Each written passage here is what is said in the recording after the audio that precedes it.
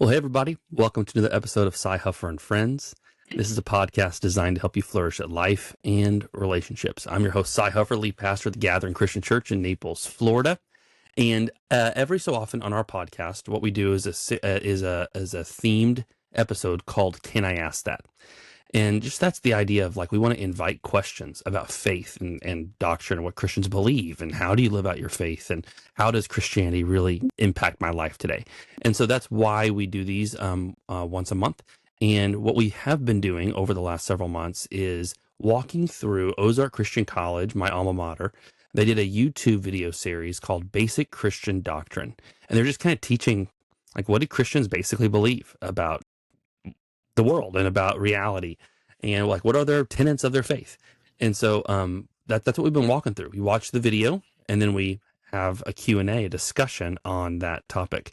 And doctrine's important because orthodoxy leads to orthopraxy. So what do you believe? Right teaching and belief leads to right living and right action. So that's how those two are connected. So today, my friends that I have with me, I'm super excited, is Lindsay Bright, who's been with us consistently since the beginning. Say hey, Lindsay, to everybody. Hi guys, how are you? Good to see you again. You have you have a nice background today. Oh, You're I'm in a in my different kitchen. spot. I'm in my Oh, kitchen. nice.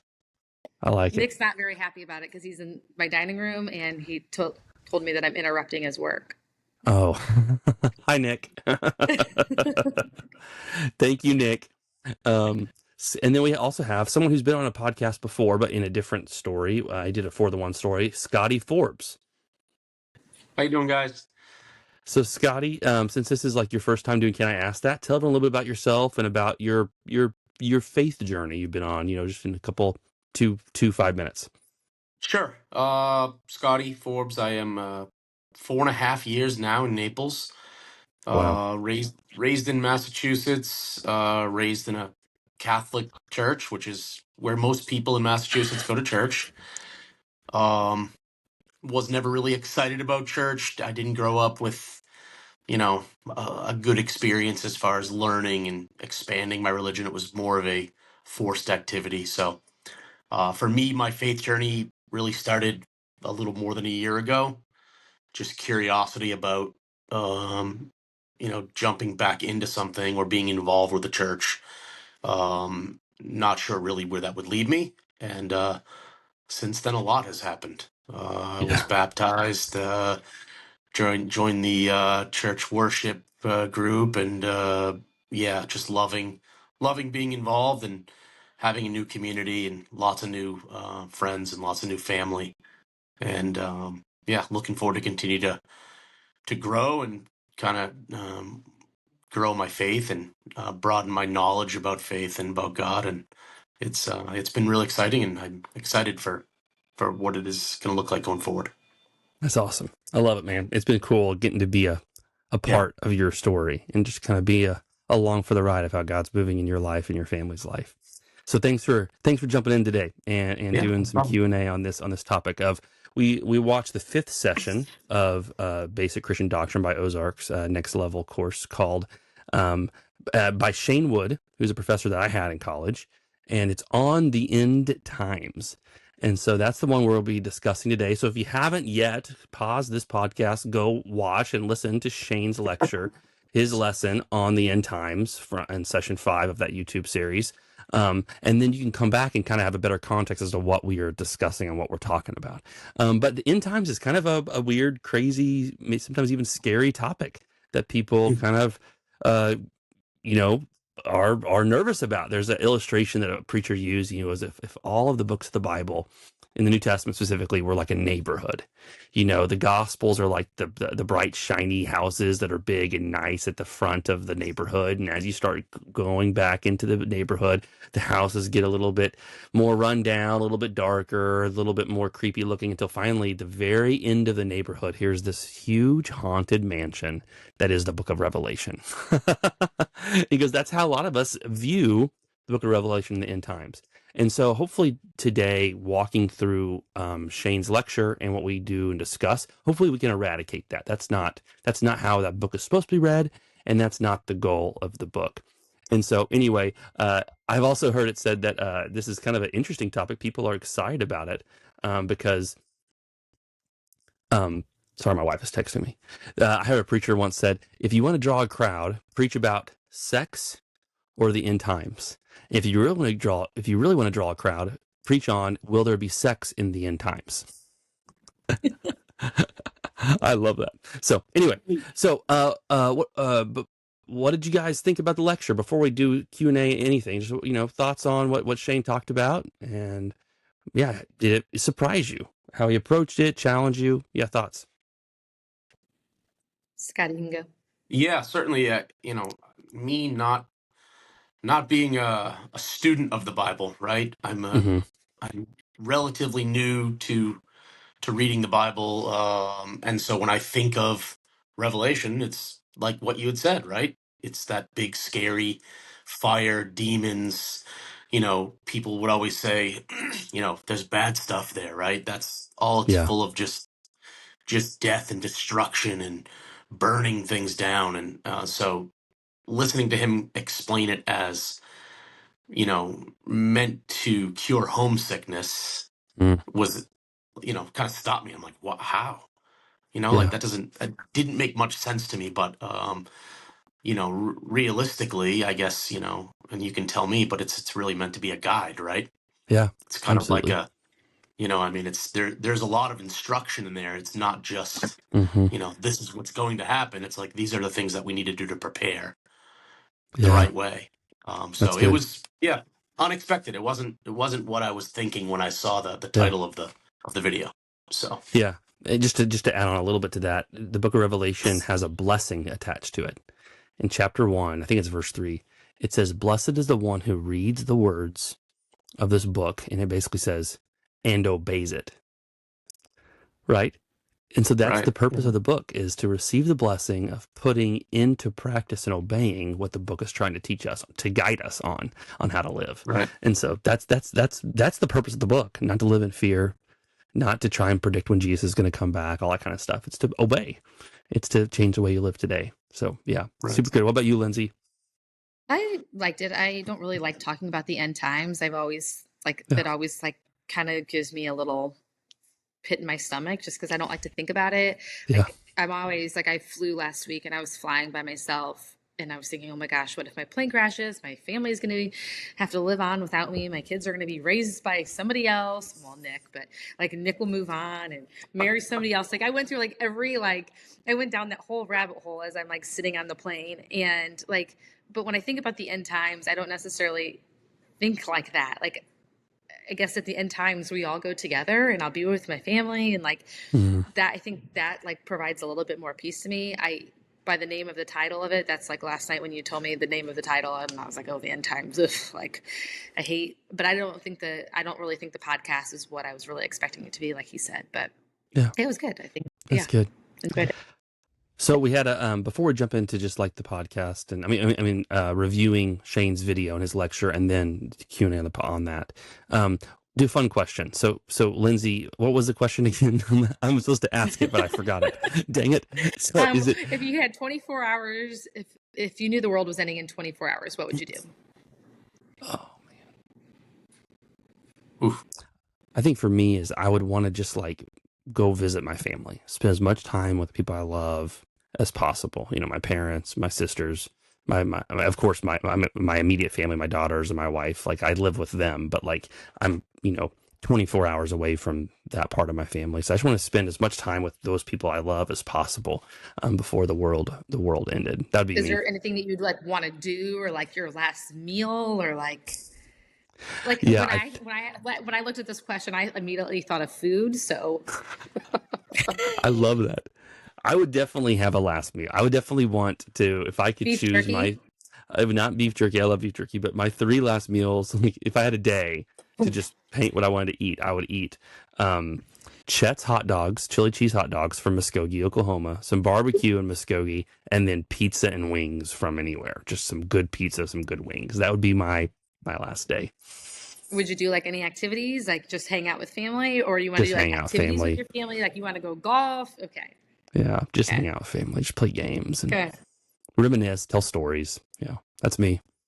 What about you, Scotty? It's a tough question. I mean, obviously the right answer is you'd want to be with all of the people you love, right? My Yeah. parents, my grandmother, but, you know, you want to get everyone together so that you're all going to go together. But then there's also that part of me that's thinking, like, is there a Armageddon team out there somewhere that's Yeah. gonna, you know, that can stop this? You know, like, Yeah. yeah, probably. I mean, Where's Bruce probably Willis? just, yeah. I mean, I'd probably eat a giant stack of blueberry pancakes. You know, I don't know. Yeah, I mean, you know, you have to say, obviously you want to be with your family, right? But, Yeah. Yeah. you know, I would hope that, you know, I don't know if this sounds wrong, but I would hope that there's no warning, right? I would kind of hope Yeah. that It just you don't happens. have time to think about preparing for it, because No. I don't think anybody wants to sit there and say, what am I going to spend the last 24 hours, right? Like, you Yeah. just rather, You don't want to be like on rather, an airplane waiting to take off, like knowing that you're yeah, gonna. you'd rather just be done blink of an eye and you don't have to think Mm. about it, because, you know, you're going to do something wrong, right? Even in the last 24 hours, you're not going to make the right decision, right? Yeah. So, yeah, just That's good. huddle with the ones you love, I guess. Yeah. What about you, Linz? I of course spend time with my family. I think I would want to like sit at the beach with my family and just like Mm. really enjoy the sunshine. Like I said, I immediately thought of food. I thought of French fries and Diet Coke. Drink all the Diet Coke and eat all the French fries, chicken wings. Yeah, just really just be like reminiscing stories, storytelling. I love to hear stories. I actually Yeah. really love to look at pictures. I love to look at old Mm-hmm. pictures and videos. Like I go down a rabbit hole. Last week I was looking for pictures for something else, and or I was looking for like a movie that I had on my phone of something else, and I started watching all these videos of my kids being little, and so yeah, I just maybe spending the day doing that. So, That's good. It's but like interesting, even Scotty like, said, I don't want to know. Like I just want it to happen. yeah, I don't want to like. I don't. Yeah, I just want it to happen. it's interesting that I know we got that question from Chat GPT, you know, but like what's interesting about that question is, you know, 24 hours to live, what would you do? Inherent in that is what Shane talked about in his lecture. It's like thinking about the future and the end of the world should change how you live today. Like that's what he hit on over and over and over again, right? And yet when you make it, you know, 24 hours, we all do that. But when you say like, hey, Jesus is going to come back one day, what happens is we start asking the wrong questions. And that's where he started in the video. He said, you know, do our questions match the Bible's questions about the end times? Like that's what's important. When our questions about the end times typically are, when is Jesus coming back? Can I figure it out? Is it this year? Is it coming soon? Is there a rapture? When is a rapture? What does a rapture look like? Or what are the signs that we are in the end times? Like, how can I figure it out? Am I looking up at the sky for a red moon or anything like that, you know? And so we ask questions, and he said that we have to ask Bible questions about the end times, not our questions about the end times. And Bible questions ask more in light of what's going to happen. How are you going to live today?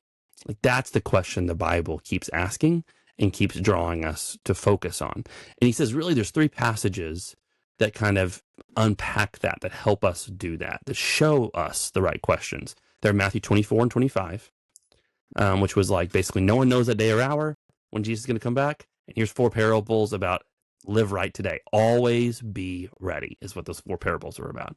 Revelation 21:22 was this is what's going to happen in the future. God's going to come, make everything new. So in light of that, you're going to be judged by what you do now, right? That's what those passages are. And 2 Peter 3 is very similar. There's going to be an end time. There's going to be judgment day. There's going to be a new God making everything new. So in light of that, like what's your life look like? Like, what are you doing now to be ready for that? And basically he pointed to at the end, the Lord's Prayer, you know, our Father who art in heaven, hallowed be your name, you know, your kingdom come, your will be done on earth as it is in heaven. So whatever the future is going to look like, heaven, we want to make that reality here and now on earth. So that's a very, very quick recap of what Shane talked about. So I'm going to open up the floor to Lindsay and Scotty. What questions do you all have about what he talked about, or just questions in general about the end times? Scotty, you go ahead and kick us off. Oh, go ahead, Lindsay. What were you going to say? So I guess, Go ahead, Scott. You're good. Okay. yeah, I guess my first question that came to me right away was, you know, why does Revelation produce fear? Right? Why? What started I mean, if you ask most people, right? Maybe people that have been going to church their whole lives, they'll say different. But if you ask the majority of people what they think about the Book of Revelation, they would think fear, right? That would be Hmm. the first Hmm. thought, right? Yeah. So I wonder why that's the case, right? Are Yeah. we not taught properly, or you know, why are we meant to feel always that it's bad? Yeah. That something that again, like I said, until I listened to that and really started looking into it, my first thought was bad, right? Yeah. This Yeah. book, Yeah. that's bad stuff. Yeah. So there's got to be a reason why that's the first. It produces fear and anxiety, and it's not meant to. Yeah. Um, so that was like the number one question that I had. Yeah. Yeah. I think there'd be several reasons I would give as to why, like, we are afraid of revelation and why fear is like the number one emotion that most people think of or feel. The first one's a pretty simple answer, a pretty simple reason. The first reason is that people are afraid of death.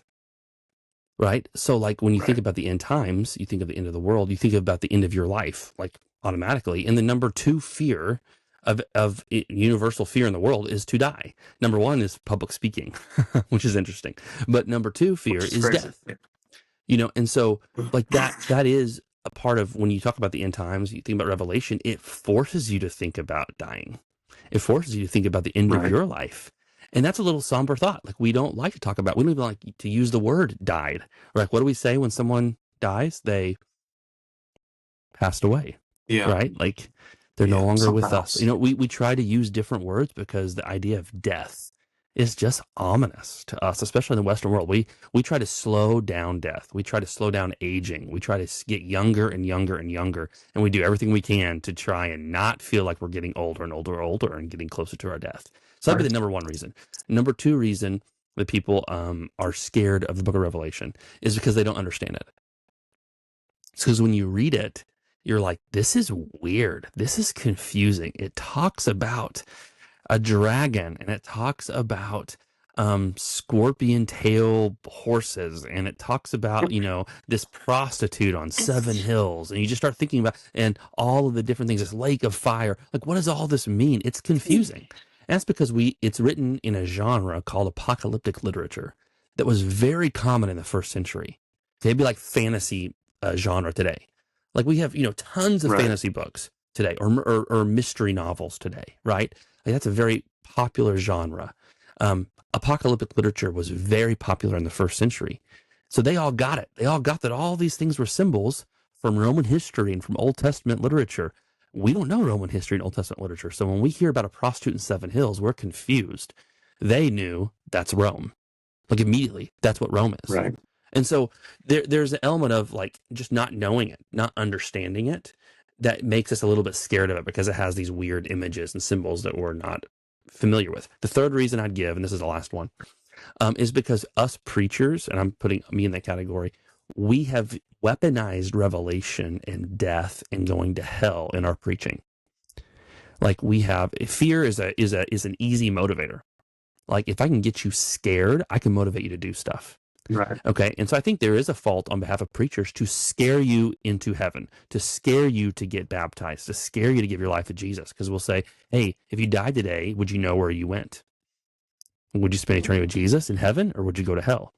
And we've used the end times in that question. While that's that is a true question that we need to wrestle with, preachers have used fire and brimstone, the wrath of God, to motivate people to give their life to Jesus.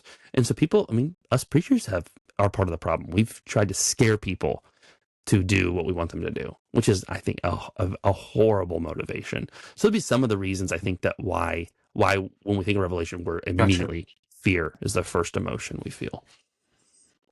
What about you, Lindsay? What do you have? Interesting. Questions from Shane's lecture or This questions kind of, from, yeah. yeah, I have more questions, but this kind of goes along with Scott's question, so I'm going to ask that now. But, obviously we're talking about fear. How do we educate kids without kids being fearful? I mean, Mm-hmm. when we talk about the end times with kids, I mean, this is something that's going to come up. Questions will come up. They're going to ask. How do we teach it to them without making them fearful and living today and not tomorrow? Yeah. I think I would talk about with your kids what um like there's two ways to go about talking about the new world, the new heavens, the new earth, like heaven, right, in the end times. One of them is what exists today that is bad that won't exist then, and what doesn't exist today that's good that will exist then. Does that make sense? The two things. So like today, what exists that's bad that we don't want to be anymore? War, right? War, murder, hate, bullying. I think one of the things you could talk about with your kids is like, hey, all of these horrible, terrible things, that's why I'm so excited about heaven, aren't you? Because when we're in heaven with Jesus, these things won't be there. Right? So you're pointing about the bad things that they know that are wrong, like kids starving and not having enough food to eat in this world. Man, when we're in heaven, that won't exist anymore, you know? Or then you can talk about the opposite of like, hey, what is going to be in heaven that's not here? And it's like, hey, we get to be with our loved ones for forever. We get to celebrate that with them, these people that we miss and that we mourn. So I think you can talk about it both. Here's the things that suck right now. Those things won't be in heaven. Isn't that going to be awesome? Isn't that going to be so cool? And then, man, in heaven, we get to be with Jesus. We don't just get to, learn about him from the Bible. We get to be with him and our loved ones, and we get to have as much time as we want to explore this whole world and to be with each other, and it's just, I think you paint that kind of picture for them. This is like totally off topic, but as you're like sitting here, we get to be with Jesus up in heaven. It's like I picture, I don't know, maybe this is totally not the picture, but like you picture like Jesus being this like real popular person, and you're like in this big arena, and everybody just like, like it's like going to a concert. Like how close can you get to this like famous person? Mm-hmm. So anyway, that's totally off topic.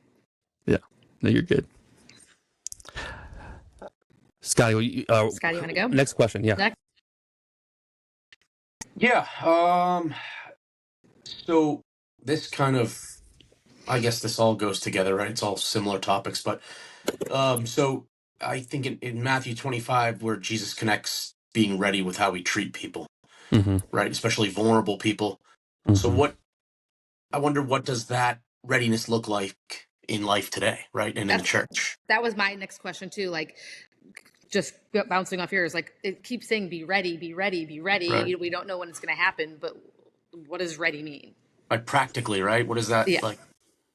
What are the steps that we're needing to take, to be ready? Yeah. I think that there's a couple things I'd point to, when you think about being ready in the language that they use. The first one, let me see if it's here in Matthew 24. So it says, if the master returns and finds that servant has done a good job, there will be a reward. The master will put that servant in charge of all he owns.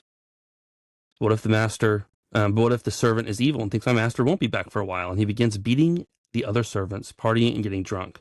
The master will return unannounced and unexpected, and he will cut the servant to pieces and assign him a place with the hypocrites. In that place there will be weeping and gnashing of teeth.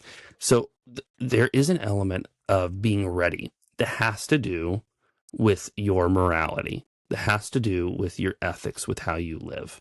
Okay. And if you think about that, that comes from like displaying the fruit of the Spirit, like love, joy, peace, patience, kindness, goodness, faithfulness, gentleness, self-control, Galatians 5.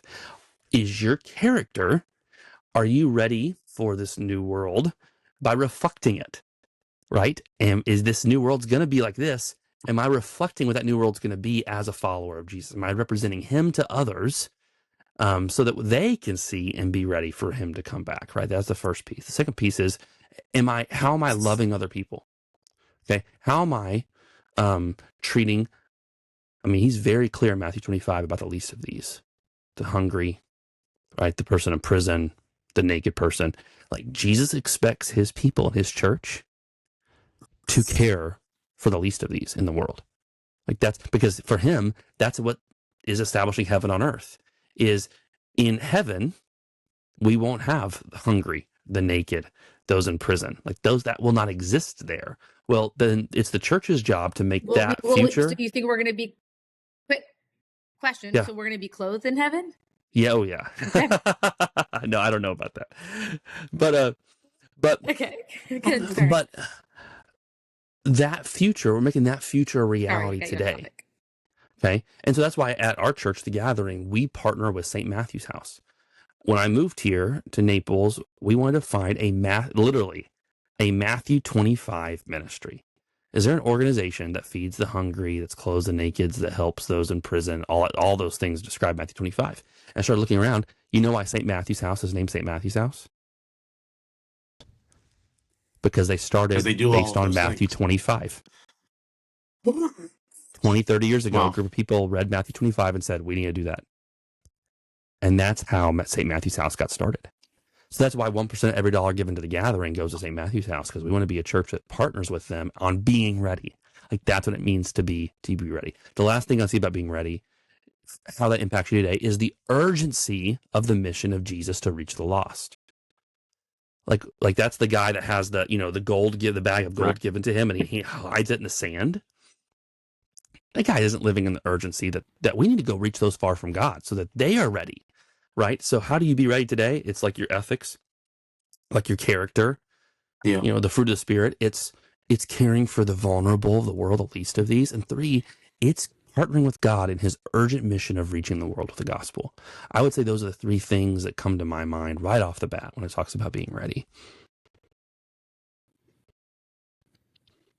Sorry, we talk about heaven. Like I said, are we going to be clothed? It's like, I think about what we're going to look like. Are we going to look the same? That this is not my question. This is just these are as you sit here and talk, these are things that are we going to have to wear little name tags? Say, hi, I'm Lindsay. If I see you in heaven, are we going to know who each other are? Are we going to be friends when we're in heaven? I don't know. Mm-hmm. These are all things that as I listen to this, all of these thoughts went through my head. Yeah. All right. Clearly we're in today's world, and we see war, we see hurricanes and forest fires and things that are destroying. Talk about global warming or whatever.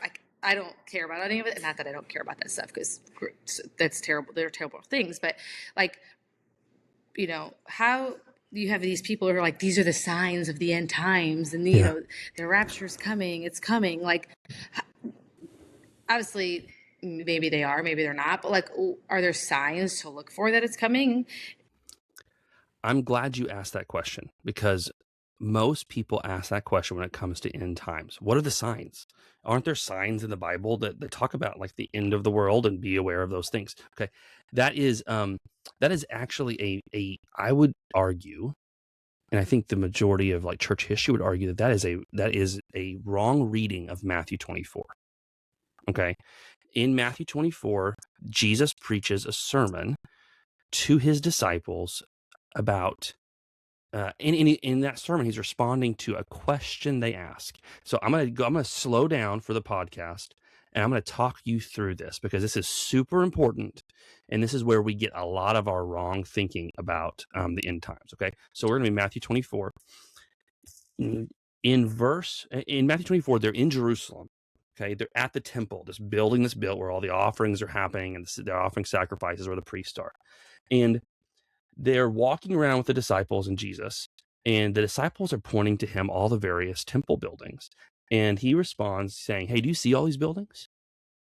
I tell you the truth, they will be completely demolished. Not one stone will be left on top of another. So what is he saying? He tells them what about the temple? What's going to happen to it? It'll be destroyed. It's going to be destroyed. This temple is going to be destroyed. The disciples are blown away, and they then ask this question. And I want you to understand, they think it's the same question. Jesus knows that it's not the same answer. Okay. They say, tell us, when will all this happen? What are they talking about? When will what happen? Destruction. The temple being destroyed. When will that happen?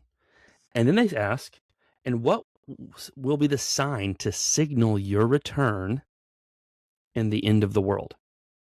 Because for a Jew in the first century, those two things were the same thing.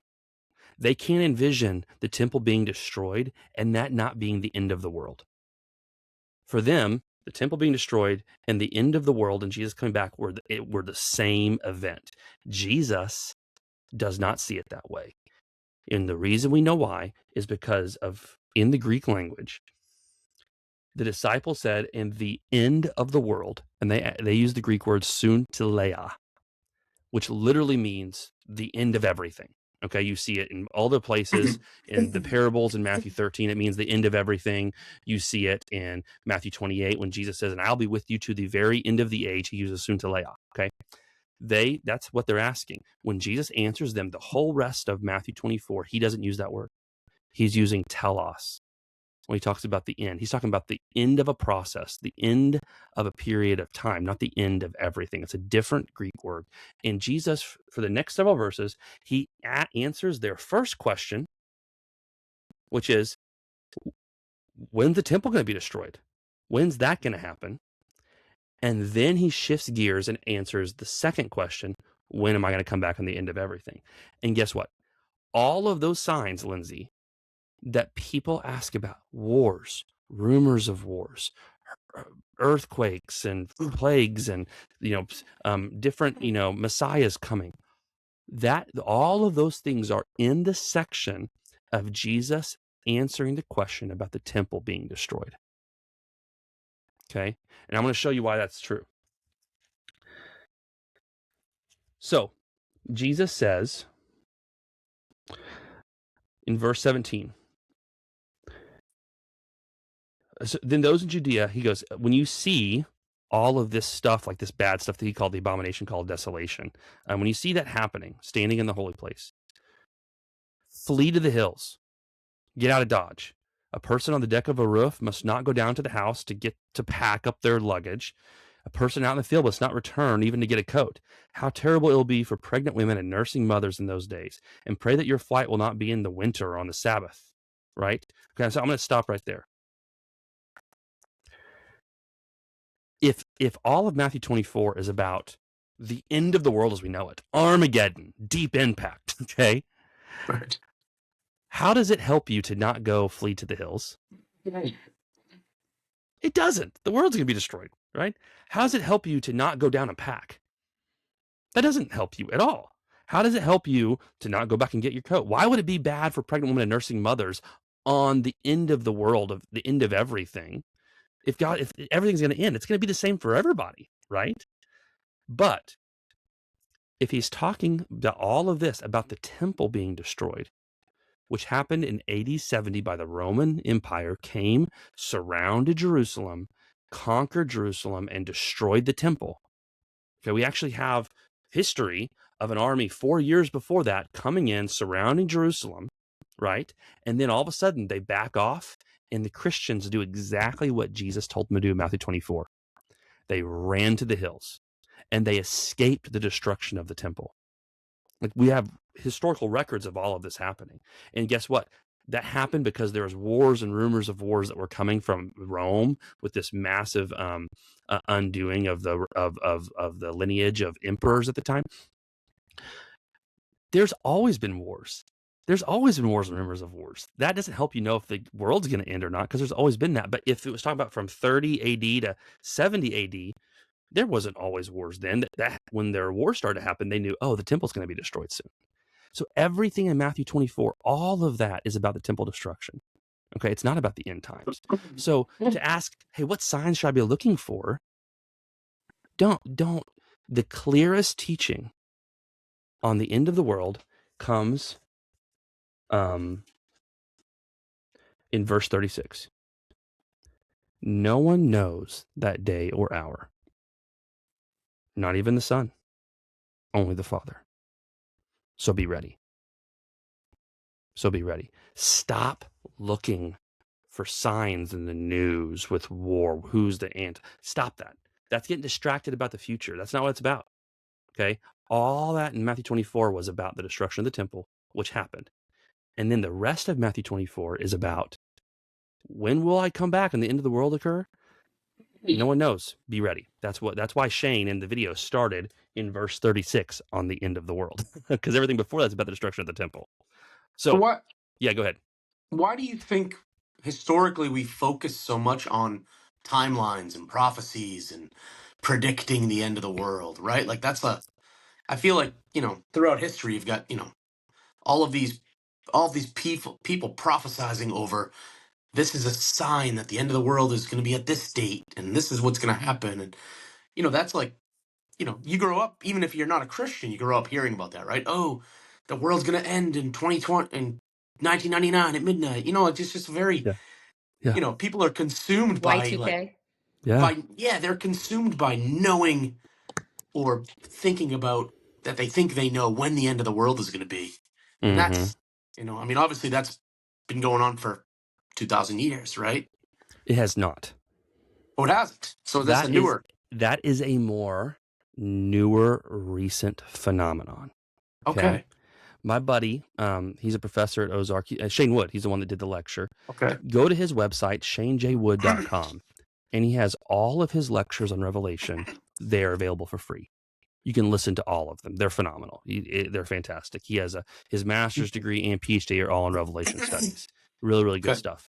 But I grew up believing that. Like, don't hear me like fighting or pushing back or shaming anyone if that's what you believe currently today. I grew up believing that because when I was growing up, there was this book series called Left Behind that was very popular, right? And Left Behind, they made movies about Left Behind. And that theology used in that fictional, it's great fiction. I think it's really bad theology because the theology in that book series is a very recent developed theology on the end times. It really started in like the 1800s. Interesting. Not that old. And it actually started, actually, I'll let Shane, in Shane's lecture on the rapture, he'll tell you the history of the rapture. The rapture has not been around that long, only like 100, 200 years. Okay.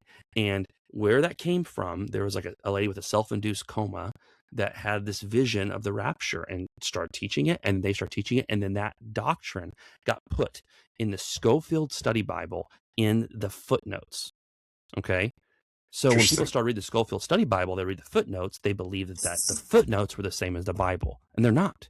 Footnotes are made by man, like the study notes from in that book. They're not scripture, but they bought into that doctrine, including a guy named Dwight L. Moody and a guy named Billy Graham, who began teaching it and preaching it. And then some of their disciples, a guy named Jerry B. Jenkins, who wrote the Left Behind fictional series that became so popular that the evangelical world in the 80s and 90s and 2000s just bought into it and took it as truth, right? And you have a guy writing 88 reasons Jesus is going to come back in 1988. And all these predictions start happening about when he's going to come back. And guess what? He didn't come back. So then he wrote another book, 89 Reasons Jesus is going to come back in 1989. So this has not been the dominant approach to the end times that we've grown up in. It's actually an exception to the rule in church history. Okay. Actually, Charlotte just asked me, like, in the last month, we were driving down 75, so we were on the interstate somewhere, and she asked Nick and I. Actually, it was just a few weeks ago. It was after her dance competition. She asked us why. I don't even know. There was a recent thing out with kids that it was based on some sort of like calendar that the world was ending on like a random specific day. She's like, "Do you really think the world's going to end on this certain day?" I was like, "We were like, what? I haven't even heard. Like, I didn't even know what she was talking about." I just asked Nick actually to see if he remembered what she was talking about, but he can't remember the day. But there was a day recently that the world was supposed to end. So, okay, so like the world ends and like we all ascend up to heaven or however it happens when the end happens. Like what happens to the people, the non-believers? I mean, do they just go to hell because the rapture came and not everybody else went to heaven, or do they live in this like scorched earth where we don't know? So yeah, let me clarify something real quick. So like when I say I don't believe in the rapture is a very specific, I didn't say that earlier. I need to clarify. The rapture is a recent doctrine that hasn't been around for 2,000 years. Okay. The rapture says one day people are going to all the Christians are just going to disappear. They're going to be called up to heaven, and then what's left on earth is all the unbelievers. And for 7 years, there's this tribulation period, okay? And an antichrist shows up in the first 3.5 years. Everybody thinks he's the hero. In the last 3.5 years, the antichrist, he's this terrible person and wreaks havoc on the earth. And then after those 7 years, Jesus comes back finally, and that's the judgment day. And then there's 1,000-year reign on earth where they rebuild the temple and all this kind of stuff. Like, I don't believe that. like what's laid out in the in the Left Behind series as the doctrine of the rapture, and that is a specific belief called premillennial dispensationalism, and that all of that I don't think is in Scripture and is clearly taught in Scripture in Matthew 24 and Revelation. I think it's actually a poor teaching. I do believe in a judgment day. I believe that one day Jesus is going to come back. That is the dominant teaching in church history for 2,000 years.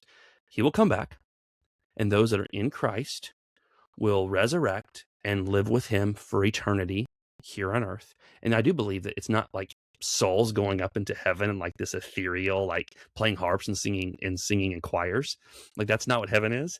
Like Revelation 21, actually, the picture is this new city of Jerusalem coming down to earth.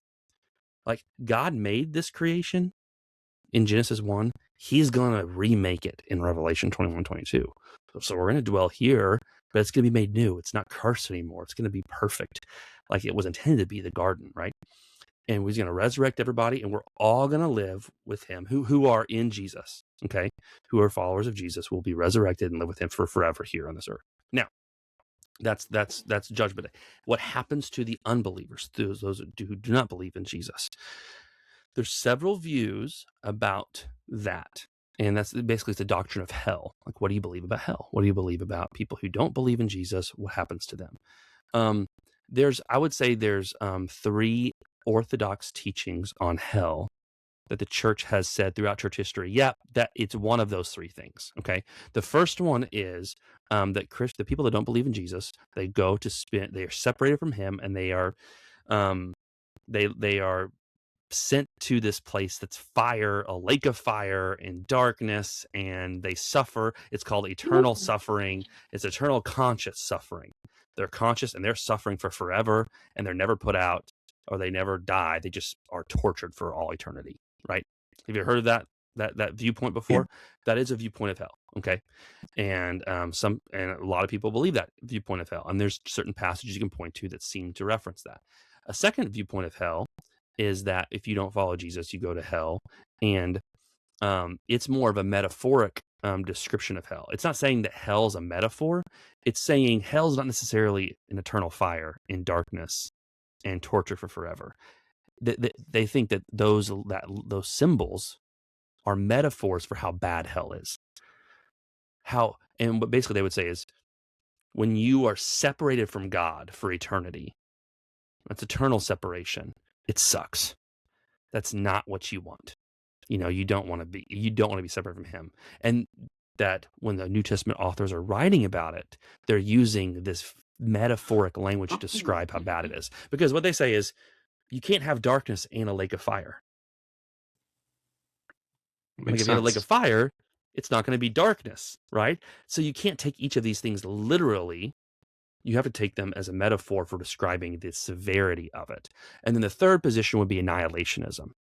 And that belief would say that when you die and you are separated from God for eternity on Judgment Day, that you don't remain alive and tortured for forever, that your judgment is that you are annihilated, that you cease to exist.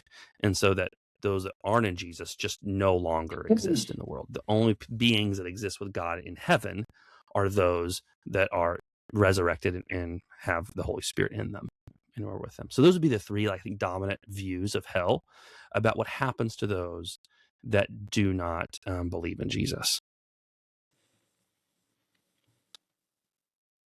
Very interesting. Yeah. Scotty, you got a question? Yeah, so this specifically talking in Revelation about being judged according to what we've done, right? Mm-hmm. Which I've seen many arguments and or people debating, Christians debating whether or not salvation and grace is enough, Mm-hmm. or do you have to do certain things? And so it's interesting from a new believer, someone that's young in my faith, to read something that says we're going to be judged, but then believing in my heart that if I ask Jesus for salvation, I'm going to get it, right? Like, not thinking that I have to go and knock on people's door. I know what I need to do to try to help bring people to Christ, but I don't think that there's a checklist and, well, okay, you haven't done this, you haven't done that, you're not Yeah. going to Yeah. Yeah. heaven. Yeah. Yeah. So how do we hold on to that Yeah. grace that we know we have Yeah. without downplaying that call to live differently, or to go out there and start checking the boxes on the list? Yeah. Yeah. It's confusing. It's very confusing. Yep. And this is something that you're just going to grapple with. This is something that you'll grapple with. Okay. And basically it is pairing two chapters in the Bible, Ephesians 2 and James 2. You have to hold those in tension. Ephesians 2 and James 2. Ephesians 2 says, "It is by grace you have been saved through faith. And this is a gift. It's not by works, so that no one can boast." Okay, so very clearly, we are saved by God's grace. We are not saved by our works. Okay, what is asked of us? It's faith. Okay, it's putting our faith in Him. Okay, now, James 2 says, faith without works is dead. So what James is saying is, when you believe in Jesus, if you truly believe in Him and you're truly receiving the gift of grace, that's going to impact how you live. It's going to change the way you live. It will change what you do or don't do, how you treat the least of these or how you don't treat the least of these. It's going to change if you're going to be involved in the mission of God or not involved in the mission of God. Okay, your faith, belief in Him, when you receive the gift of grace, the evidence of that faith, and that's what God's talking about judging. Right. I'm judging the evidence of the faith that you've received the gift of grace. Okay. It's not, you are not saved by works. Let's change that preposition. Okay. You're not saved by works. You're saved for works. Okay. Right. Only God's grace saves you. That's the only thing, you receiving that gift of grace. But you are saved for the purpose of now being used by God to spread that good news to others. And your faith in Him, your faith in Him changing you and saving you and rescuing you, the evidence of that faith is going to be works. Understood. Does that make sense? Makes a lot more sense than just simply stating you will be judged according to what you have done. Yeah, exactly. Because that, to me, when I read that, I go, oh, what I haven't done anything. What have I done? Grace is out the window. Yeah, exactly. Right. Yeah. And that's why it's important to read all of Scripture as a whole and not base all of your theology and all of your belief system on one verse. Okay. Right. Yeah. Good. What about you, Lindsay? Maybe this last one. Sure. Well, it's kind of an easy one. It's more for you. Like, what excites you the most about the return?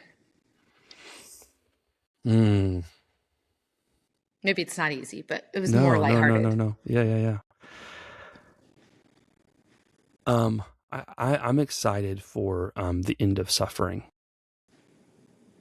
I think that's the end of the whole Bible is the Apostle John saying, "Come, Lord Jesus, like, we're ready." And there's an element for me of like, I'm just tired of seeing people I love suffering. Mm-hmm.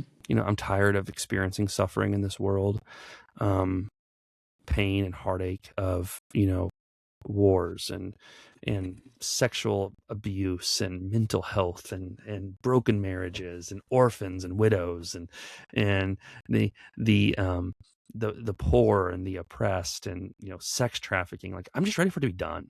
Mm-hmm. Like, I'm just ready for that to end. But you know what? He tells us he doesn't, right? You know what? He tells us, I'm not coming back yet because I don't want anyone to perish. Whatever your belief is on doctrine of hell, he's saying, I just can't come back yet because there's some people out there that I don't want them to spend eternity separated from me. Like, God's heart from Luke 15 for the one is the reason why suffering exists, because he's like, I'm not ready to end it because I know that there's some people that still, I want to rescue my lost sheep, my lost coin, and my lost son. And so for me, that's what I think that's what excites me, is like, we can finally be free of suffering. And I get to see people that that I miss. So that's a great question. I think this has been great. Like, I feel like I'm not going to lie, I always ask ChatGPT questions just because I want to make sure that I'm asking good questions. But like, these questions are truly questions that I feel like it's fuzzy, even though that I'm a believer. I think that like they're just, yeah, they're like things that you question all the Yeah. time. So I think this was a great topic of conversation, and I want to know what I look like in heaven. I want to know what I'm wearing in heaven. Am I going to wear that cute jacket that I'm going to go get this week? Or You said you you're weren't not. getting it. You said you're well, not getting it. Scotty, after you left, I told the Huffers and the Andrews, I'm like, I'm still getting that jacket, even though I said I wasn't. So, yeah, like, but yeah, that's what I want to know. Those are the things that I'm curious about. Like, what will everybody look like? Or will Have there be either dogs? Are we allowed? Are there going to be dogs? I don't need to get into a debate because I know that all dogs we're go to coming to heaven? an end. But yeah, Yeah. Nick would Have probably be either excited if there was no dog. But No I don't. dogs for Nick. Yeah, have no either of dogs you for Nick. seen have either of you seen the interview that Jeremy Renner did after his accident where he was clinically dead after he got run over by the snowplow? No, I've not. Okay, so just I won't go into it deeply, but he got run over. He was dead, clinically dead. He was crushed, Hmm. and they brought him back to life. And he said, "I felt exhilarating peace. I felt like I was relieved of earthly burdens. I felt pure existence surrounded by love." And they said, "What did you see?" He said, "I didn't see anything. I just felt peace. Hmm. There was no time, no space. It was just love and peace. It was the greatest thing I've ever felt." And when they woke him up out of the coma, he was mad because he wanted to go back to that To that feeling, piece. right? To that just, so now his entire philosophy is no bad days. Mm. There are no bad days I because love he that. knows where he's going, right? He knows Yeah. what's there for him. I kind of use that after I saw that. I kind of use that often when I'm thinking about, man, my day's horrible, and I'm like, there's better. No bad days. No bad days. I want to do this really fast. So I always want to ask the so what question. Why does having the correct view of the end times matter? And I like running it through, what does it mean for the Made for More life? Right? Made for More, if you get the right view of the end times, it gives you a clearer picture of what it means to flourish, to have the Made for More life, what it's supposed to look like. It's supposed to look like this. Doing what the future is going to be like bringing that about now, being ready, always being ready for the least of these, with your character, your integrity, using your talents, and treating people well. Like that's what it looks like. Okay, what does it mean for your past does not define you? Well, if you have the correct view of the end times, you don't have to live in fear that if you get left behind because you. Like, what's going to happen? Am I going to get left behind or not? I need to have a bunker with a bunch of food. It's like, no, your past does not define you. When you're in Jesus, you don't have to worry about that. He says, no, you're in me. You don't have to worry about anything like that because I have paid the price for your sins and no one can snatch you from my hand. There's no left behind. Like, oops, I missed that person, right? Your present shouldn't isolate you. The wrong view of the end times can cause you to focus on the wrong things in the here and now, predicting the future, looking for the signs, right? Trying to see, is Jesus coming back this month? If this president gets elected, is he going to come back? It's like, no. Focus on community, on people, on loving people, and making sure that they have hope of Jesus. And then your future will surprise you. The wrong view of the end times can lead to a bunker mentality. As Christians, we bunker ourselves in, we separate ourselves from the world, and we wait for Jesus to come back. It's like, no, that's not what the book of Revelation, end times, is about. It's about, no, we are sent into the world as victorious to establish heaven on earth. We should not operate out of fear, but out of courage and faith. That's what the correct view of the end times empowers you to do. That gives you the full life that Jesus wants to have for you. So you'll always want to ask that question and look at it through the lens of the Made for More life. Next month, thank you guys so much for your questions and bringing all of you to this today. Next month, we're going to cover session 6 on basic Christian beliefs. It's going to be on the Holy Spirit with Mike Ackerman. So make sure you watch that video between now and then tune in as we ask and discuss what the Holy Spirit is, who she is, and what role she plays in your life. If you like what you're hearing, you can follow along on Apple, Spotify, or YouTube. And remember, as always, that you are made for more. So don't settle for anything less. Have a great day.